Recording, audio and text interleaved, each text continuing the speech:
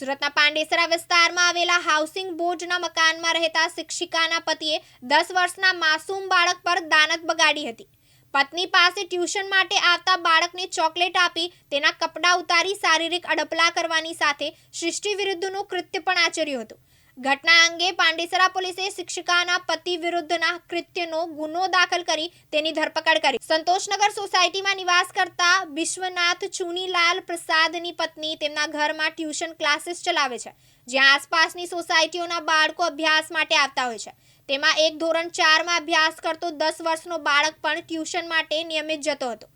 ગત તારીખ 24 એપ્રિલ 2025ના રોજ સાંજે લગભગ 7:30 વાગે જ્યારે બાળક ટ્યુશન ક્લાસીસ પછી બહાર રમતો હતો ત્યારે વિશ્વનાથ પ્રસાદે તેને હાથ વડે ઇશારો કરી બોલાવ્યો હતો અને બાથરૂમ પાસે લઈ ગયો હતો, જ્યાં તેણે બાળકને ચોકલેટ આપી વિશ્વાસ જીત્યો અને ત્યારબાદ બાળકના કપડાં ઉતારીને શારીરિક અડપલાની સાથે સૃષ્ટિ વિરુદ્ધનું કૃત્ય આચર્યું હતું.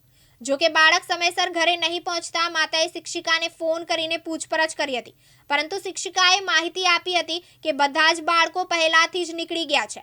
થોડા સમય પછી જ્યારે બાળક રડતો ઘરે પહોંચ્યો ત્યારે માતાએ મોડું થવાનું કારણ પૂછ્યું હતું કે મેમના પતિએ મને રૂમના ખૂણામાં લઈ જઈ ખોટું કામ કર્યું છે. બાળકે માતા પિતાને સમગ્ર ઘટના જણાવતા પરિવારજનો તેને લઈ પાંડેસરા પોલીસ મથકે પહોંચ્યા અને વિશ્વનાથ પ્રસાદ વિરુદ્ધ ગુનાની ફરિયાદ નોંધાવી છે.